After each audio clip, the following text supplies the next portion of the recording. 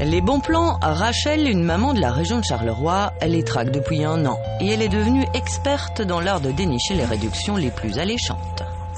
Je viens d'aller chercher tous les produits que j'avais gratuits aujourd'hui. Donc la caddie ici, elle est 100% gratuite. Gain de sa journée, une 40aine d'euros. Ouais, parce que déjà rien que ça, c'est 4 euros, ça là-bas c'est 5,99 €, ouais, donc il y en a pour au moins 40, 50 euros. Rachel doit nourrir une famille de 7 et ne travaille plus depuis la naissance de ses jumelles. Boucler son budget est devenu très compliqué avec le seul salaire de son mari, transporteur routier. Alors elle s'est intéressée à une nouvelle tribu de consommateurs présente sur Internet, les remboursonautes, des traqueurs de gratuits qui s'échangent les bons plans sur un forum. Donc ils me disent ce qu'eux ont trouvé. Et alors là, je vais voir où ce qu'ils l'ont trouvé et comment ce qu'il faut faire pour être remboursé. Donc ici, apparemment, il y a 3 goûts, fraises, 5 fruits et bananes. Et alors, c'est 1,65 € la bouteille. Le premier qui trouve l'article va le mettre sur le site. Moi, jusqu'à présent, j'ai su le mettre qu'une fois parce qu'ils trouvent tout avant moi. Je sais pas comment ils font, mais... Donc j'ai acheté un produit, puis après j'ai attendu de me faire rembourser. Puis quand j'ai vu qu'on me remboursait ce que j'avais acheté, j'ai commencé à acheter 1, 2 produits, 3 produits. Et ensuite, j'ai plus arrêté. J'ai plus su m'arrêter parce que je me dis, pourquoi aller payer des affaires qu'on a gratuitement ? La chasse au gratuit lui a déjà permis de se constituer un petit stock appréciable. Mais contrairement au but des fabricants qui lancent ce type d'opération, Rachel n'est pas une consommatrice très fidèle. En temps normal, elle achète d'ailleurs très peu de marques. Donc voilà encore un petit stock de tout gratuit. Ça fait 6 mois que j'ai pas acheté une lessive et je pense que j'en ai encore pour un bout de temps à pas acheter de lessive en fait. Et ça m'arrange bien parce qu'ici on a des lessives. Donc voilà, ici, c'est mon petit stock de rasoir, de dentifrice. Déjà, ça fait 6 mois que je lui en achète plus non plus. Et là, il est parti pour 1 an de rasoir. Quoi. Le dentifrice, c'est pareil. Ça fait de belles économies. Rachel y consacre beaucoup de temps. Il faut trouver les bons et les offres de remboursement, aller dans différents magasins pour en profiter, tenir toute une correspondance et une comptabilité à jour. Mais elle chiffre son économie à minimum 60 € par mois. Ici, ce que j'achète, avec le prix qui doit m'être remboursé. Puis quand je le reçois sur mes extraits de banque, je coche à chaque fois ce que j'ai bien reçu. Donc ça, c'est pour cette année-ci. J'ai déjà reçu tout ça pour cette année-ci. Et tout ce que je n'ai pas encore reçu, j'ai pas coché. Comme ça, je sais vraiment ce qui m'a été fait et ce qui m'a pas été remboursé. Puis il faut faire des lettres, il faut faire des papiers, parce que... Ouais, d'ailleurs, les enveloppes aussi, j'essaye de les avoir gratuites. Ah oui? Ben oui. Bon, je dirais pas que je suis devenue radine, non, pas du tout, mais... Ce qu'il y a moyen d'avoir gratuitement, faut pas laisser passer. La lettre de Rachel va aller rejoindre celle des consommateurs toujours plus nombreux qui profitent de ce genre d'action. Si certains fabricants traitent ce courrier en interne, une grosse partie d'entre eux délègue ce boulot à une entreprise spécialisée de Hautier-Braine, la filiale belge d'un groupe français de marketing. Donc en moyenne, on reçoit 15 bacs de courrier par jour. Et dans un pack, on peut compter une moyenne de 600 enveloppes, ce qui fait un total de 9000 enveloppes par jour que nous recevons. Et pour vous donner une idée de ce mois, nous avons réceptionné 283 bacs de ce style, ce qui fait presque 170 000 enveloppes sur le mois. 100% remboursé, satisfait ou remboursé, action d'épargne. Rien qu'en juillet, on a traité ici plus de 200 actions promotionnelles différentes. Pour les identifier, chacune reçoit un numéro de code postal et fait l'objet d'un traitement séparé. La plus grosse partie des actions sont des 100% remboursés et des remboursements partiels. On peut compter 60% de tout ce qui rentre ici sont des remboursements. On peut être fort remboursé parfois en tant que consommateur ? Oui, ça peut varier entre 1 €, mais ça peut aussi aller jusqu'à 200 € sur certains matériaux hi-fi, stéréo, télévision, etc. Le courrier de chaque opération est compté. Il reçoit un code barre et enfin on vérifie que le consommateur a bien renvoyé ce que le fabricant lui demande, comme par exemple le ticket de caisse. Ces coordonnées sont ensuite encodées. Toutes les adresses récoltées vont droit chez le fabricant qui dispose ainsi de belles bases de données pour cibler d'autres opérations comme des mailings directs. Vous avez les actions satisfaites ou remboursées.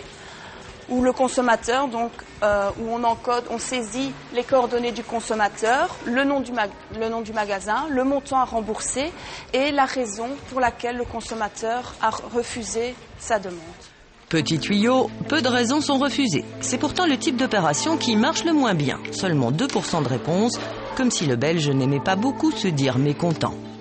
Au niveau des remboursements, c'est dans les 6 semaines, le consommateur recevra son argent sur son compte bancaire. En total, nous avons encodé 1 500 000 adresses pour un remboursement total de 10 millions d'euros. Ça c'est pour 2008 et 2009, c'est carrément l'explosion.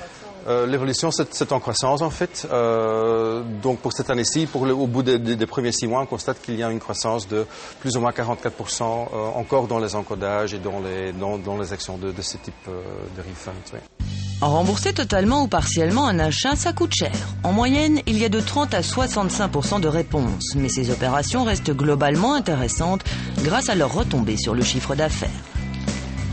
En effet, c'est un coût très lourd, mais de l'autre côté, ça veut dire que par refund, par remboursement au consommateur qui a été fait, qu'ils ont vendu un produit bien sûr aussi. Donc c'est bien sûr recalculé dans leur stratégie marketing totale. Ouais. Une stratégie qui fait aussi appel à un autre outil, le bon de réduction. Parmi les astuces destinées à influencer notre comportement d'achat, c'est un moyen éprouvé.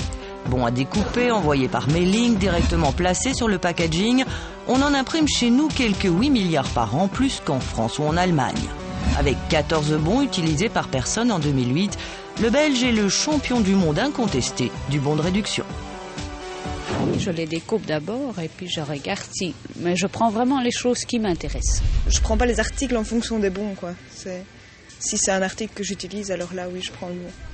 Aujourd'hui, je n'en ai pas, non. Mais sinon, oui, je les utilise quand ça me convient pour ce que je viens acheter, oui, bien sûr. Oui, il m'arrive de prendre des nouveaux produits, c'est un fait, oui. Mais pas forcément parce qu'il y a un bon, mais le bon arrive aussi toujours à bon escient, quoi. Hein. Faire découvrir un nouveau produit, relancer une marque, fidéliser, chaque type de bon a sa fonction. Mais ceux qui sont les plus utilisés sont les bons directement placés sur les paquets ou qu'on trouve sur les présentoirs en magasin.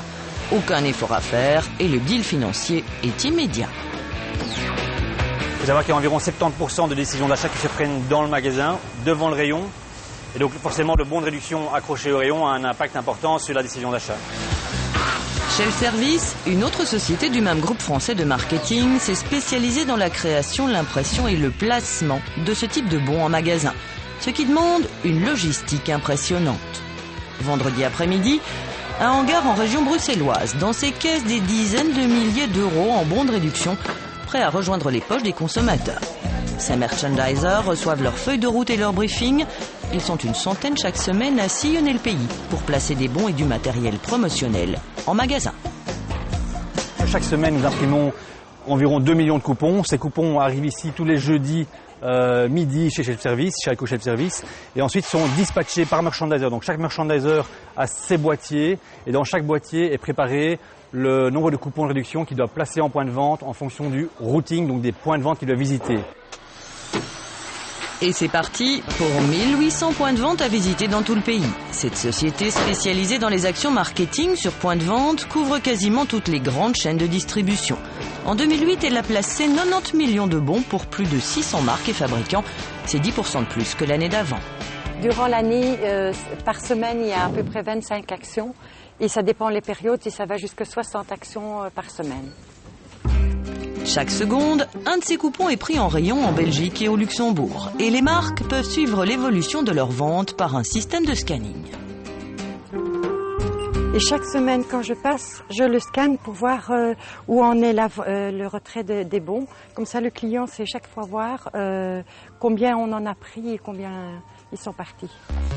Et comme les opérations de promotion ont un impact directement mesurable, elles augmentent en temps de crise.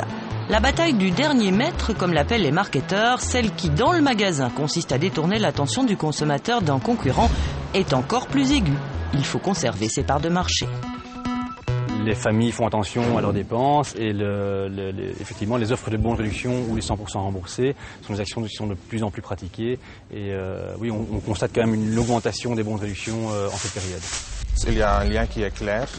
Une chose qu'on constate, c'est que les gens font plus appel aux promotions. Chez nous, en 2008, les consommateurs ont utilisé presque, ou plus ou moins 32 millions de bons, ce qui est énorme.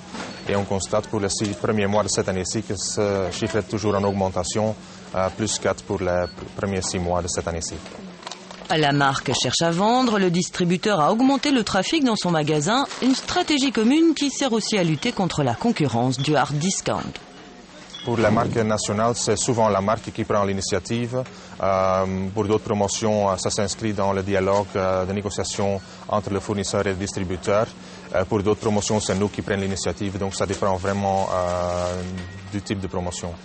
Si le consommateur en tire directement bénéfice à la caisse, les marques, elles, doivent manier la promotion avec précaution.